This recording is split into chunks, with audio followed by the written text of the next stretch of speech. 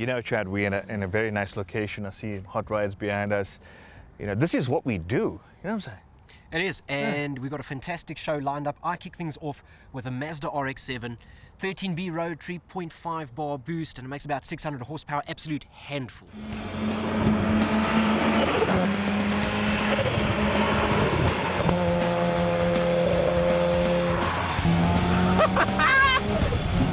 This is what heaven feels like! Wow, so it's good to see other brands besides the German brands we give you every single week. Today, I have a classic El Camino before our time, but it's still cool.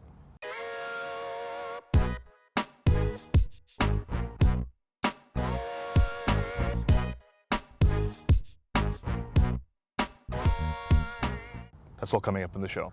Great, and then we pick up with our competition winner as well. Things are really starting to get started there. Okay, this is a genuine Momo gear knob. You just feel the weight of it compared to some of the stuff that's available.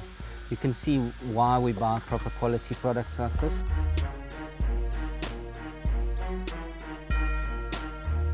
I think this is really going to finish off nicely with a chrome trimming piece. It's going to get the new gear boots and then we can start putting it on. How about this? You show me this RX-7 and how cool it was. Done, let's hit the track.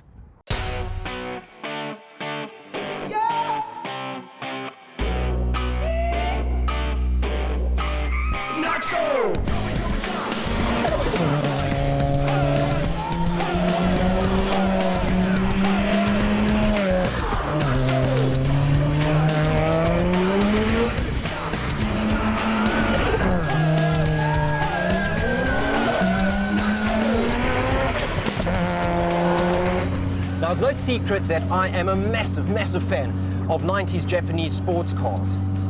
And one of those, it's not a unicorn, but one of those halo cars is definitely the Series 6 Mazda RX-7. And we've got a prime example of one here. It is a 92 model Mazda RX-7 FD Series 6. And it's been updated and run through with a fine-tooth comb. It is a beautiful, beautiful street car with a bucket load of motor mods, interior trimmings and exterior bits and bobs, and a gleaming red paintwork, which is pretty much the only color that you can have one of these cars in.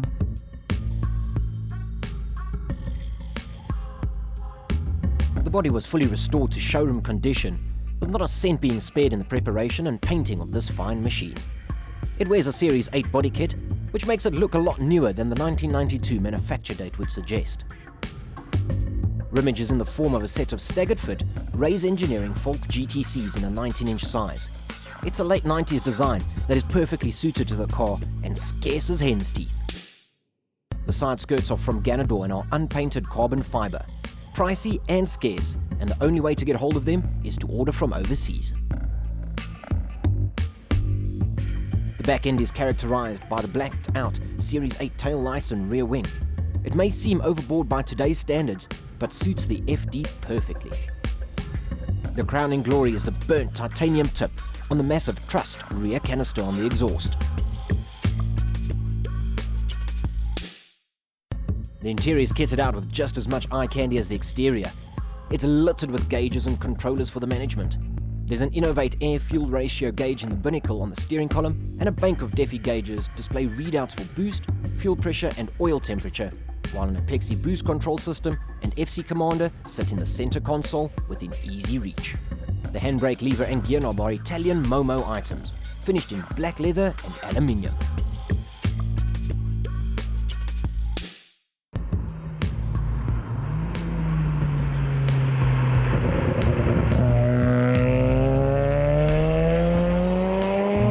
It's the way that I would spec one. It's HKS all over the place. We got Defi and Momo in here. There's Ori and Mimia pieces on the outside with Ganador mirrors. Underneath the hood, there's a 13B motor, but not just a stock standard 13B motor. This one has been bridge ported, it's been doweled, it's been fully balanced. There are new rotors in it. And then there's the turbo. A whopping big HKS T04Z turbo. It sounds beautiful. The spec list on this car, inside, outside, and with this motor, reads like a Christmas list from a Japanese sports car enthusiast's best dream.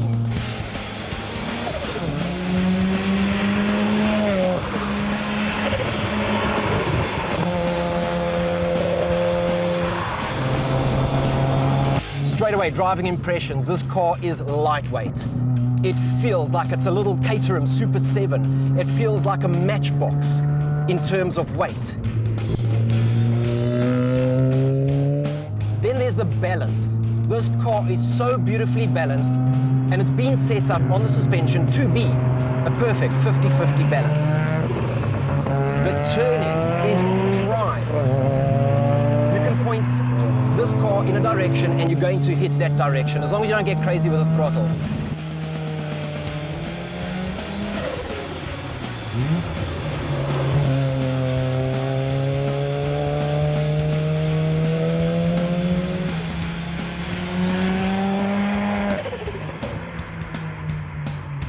In very rotary fashion, there's nothing down low. There's no torque down low. You're not going to tow a Fender trailer with this thing. But when it comes onto song, you better be wide awake. Then there's the revs. Rotaries are known to rev. Yeah, listen to this.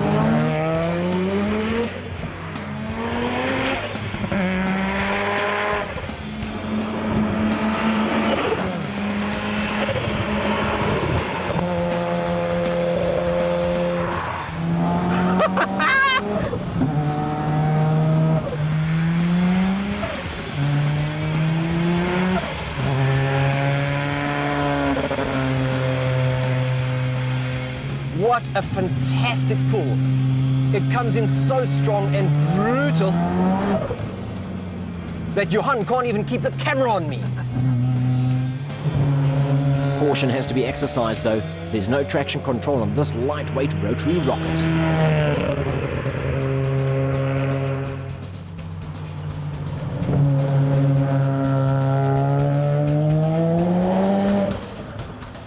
The pedals are beautifully spaced.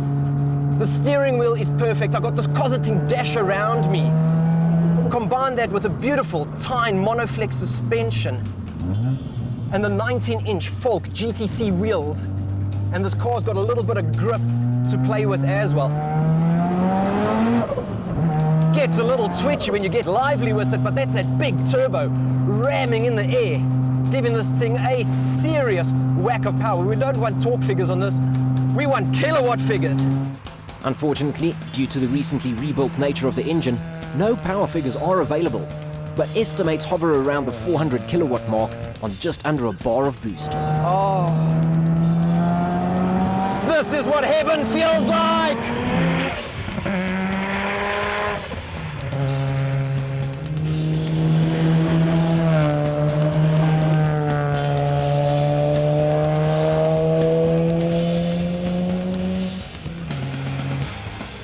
Manufacturers just don't build them like this anymore. Uncomplicated mechanical creations that engage the driver and are devoid of electronic wizardry. Pure driver's machines. It's also not every day that you will find an owner of such a car that has managed to get such a seamless combination of power and aesthetics in a classic package like this without being overdone. All right, now the one little concern that I do have is the brakes. The brakes could do with a little more feel and poke and prod. That could just be the speeds that we're attaining here. Then there's the other part of it. This thing drinks juice like the space shuttle. I've used about a quarter tank in about 5-6 laps here. But my word, what a way to waste money!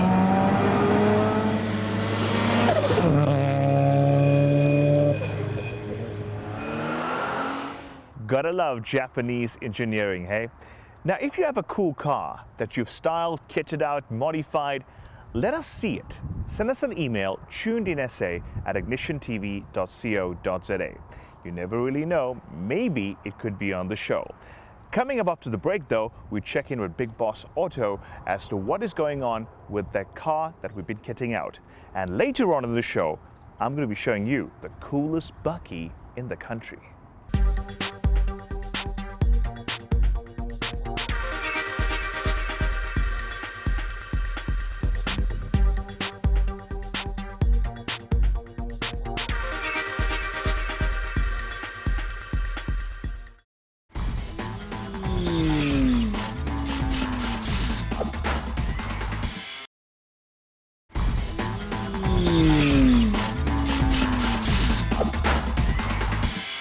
Big Boss are pulling out all the stops on Brandon's VW Jetta. As the parts are starting to come in, we're getting a slightly better idea of what it's going to look like.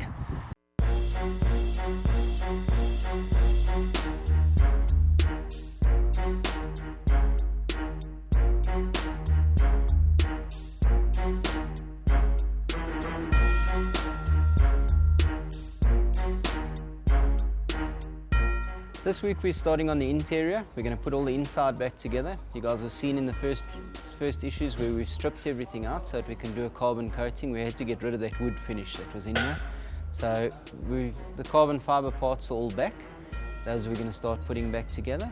Also, we import a lot of products from a company called Momo, which I think is well known to anybody in the tuning industry. And we're going to fit a nice set of Momo pedals and a nice Momo gear knob, which will just give a nice finish to that when it's done. We don't want to overdo the interior. The car must look clean, neat, and just nicely finished.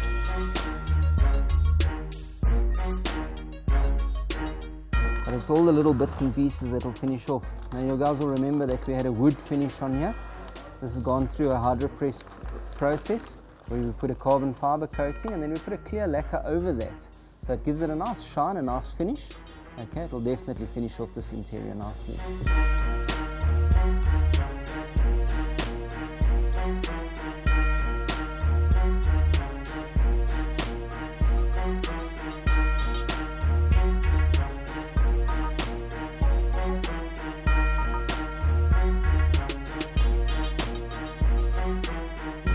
Each car, as you go along and as you strip, you find little tricks and little bits to get them stripped and to get the stuff back together. You've got to be very careful with the clips and those type of things when you strip it. There's a lot of these plastic components, if you pull on them in the wrong way, you can break them, and then when the car's all together and it's got pieces hanging loose, it looks very untidy. A lot of these we'll put a new piece of tape or a new sealer back onto it when we put it back together, and then we can clip the things back into place. Most of them, if you've taken them apart properly, you won't have any problem when you're putting it back together because all your clips are all there and nothing is broken.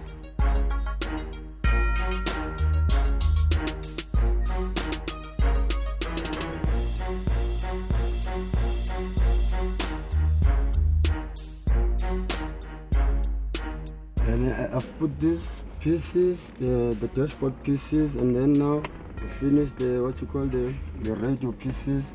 Now what I'm going to do is to put the center console together, okay, because there's a carbon coming here, and then there's a gear knob here, which is going to do it later. But now at the moment I'm going to do the center console.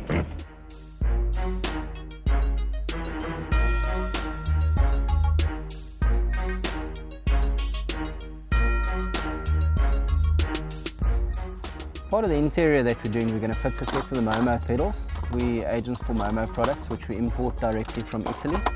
These are the original products, okay, which you'll see are made out of aluminium, okay. We're going to drill that straight through the original pedals. The reason we do that is we don't want something that's ever going to come loose or get hooked under somebody's feet. So we take the original little rubbers that come off of the pedal, that comes out, okay, and then we'll mark it. Then line the pedal up to there. Okay, we're going to make a mark and then we can drill through there and fit it onto that. Okay, that'll give us a nice finish when it's done. A nice set of alley pedals fitted onto it.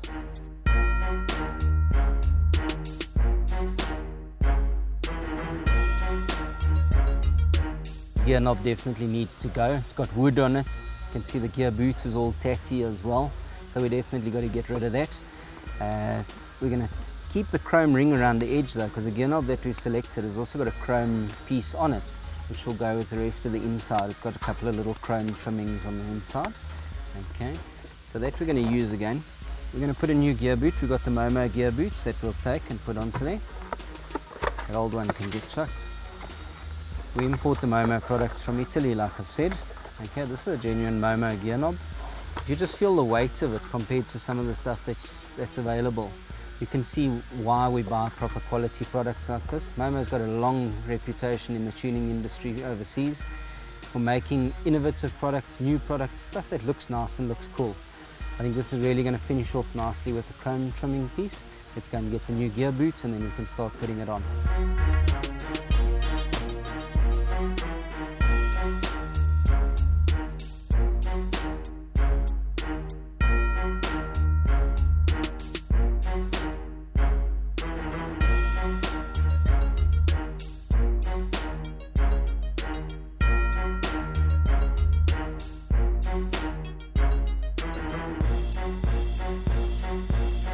That's the finish of the interior, that's everything done inside. Next week we're going on to the suspension. We're going to get down and do some more mechanical work on it and start getting the mechanical side finished.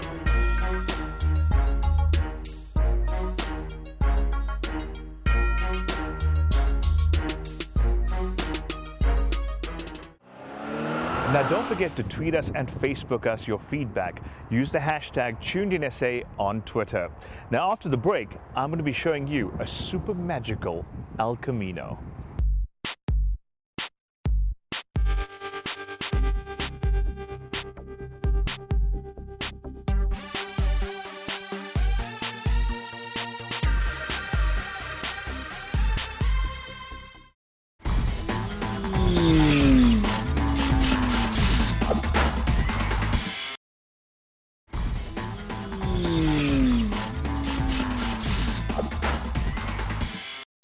The car that Deon's found for us this week is an amazing show vehicle. Built by a father and son team with a fantastic eye for detail, they didn't skimp on a single component. A Chevrolet El Camino. This project took 11 months to make between a father and son, defining a true labor of love project. The difference is it's been restored to fit with the modern times. It could have been born in 1975, but it's made relevant in the year 2015.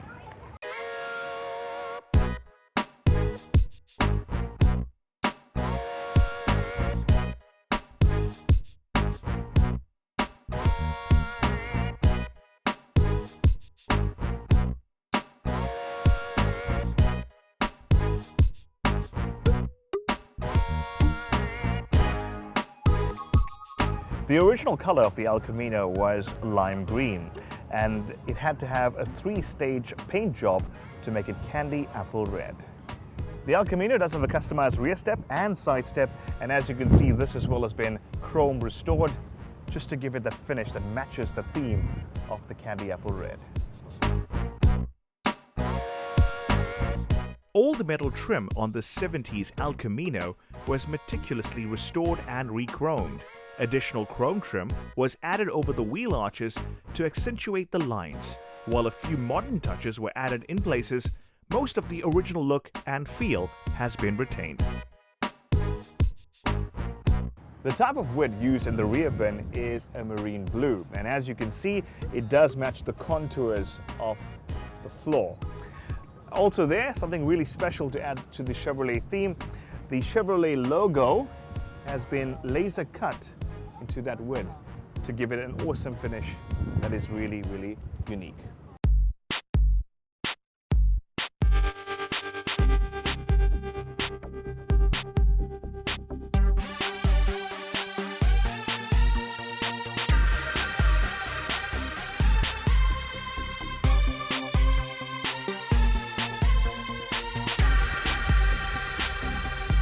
Looking at the interior, it's got custom Van Dyke carpets, yes, the ones you do use in your lounge, so you feel comfortable while riding the vehicle. It's also got a mushroom leather seats. It's also got the matching seat belt and piping on the door panels. An American Grant steering wheel sits in the front of the driver as he rests on those mushroom leather seats. The dashboard received the same beige treatment, and the other panels painted to either match or offset the beige color scheme. The instrument cluster airbrushed in silver, and this is complemented by a set of brushed aluminium step sills. And if you look at the cubby, it's got the 3D engraved El Camino with the Chevrolet sign as well.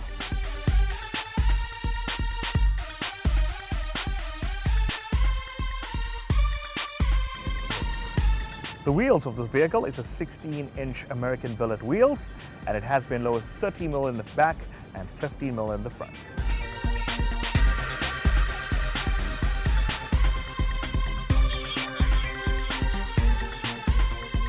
As you can see, it's a fully dressed engine, but what's really cool is if you look carefully at the dipstick, it's got a fully customized Chevrolet logo dipstick.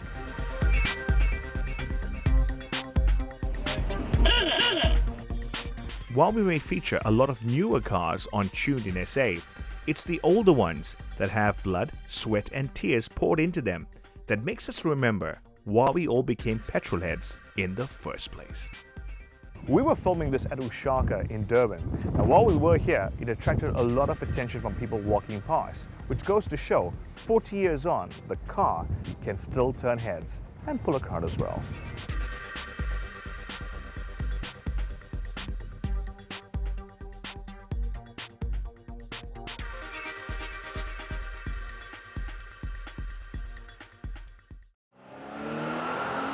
Now Chad, that was an amazing vehicle, but let me tell you something that I didn't mention in the clip, was that that particular guy had built that from his late dad's inspiration. And I don't think he's going to sell that car. That car has more sentimental value than money could ever afford. And it's an amazing car. It is a fantastic story, a fantastic car as well. And we've got some interesting stuff coming your way next week. Next week, we're behind the wheel of a supercharged Chev Camaro.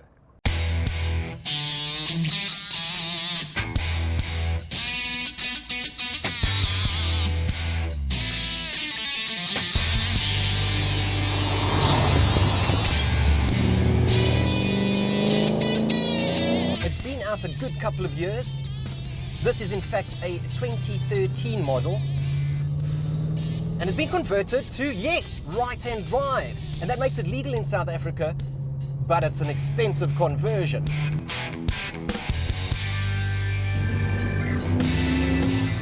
Wow, talking about a transformation, but let's be honest here, who needs speed when you have style?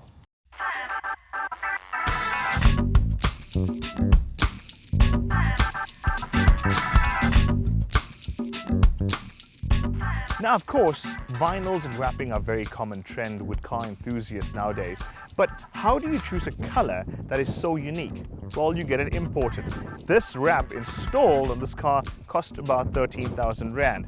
It's an imported vinyl chrome green. And as you can see, the color is totally awesome on a hot day like this.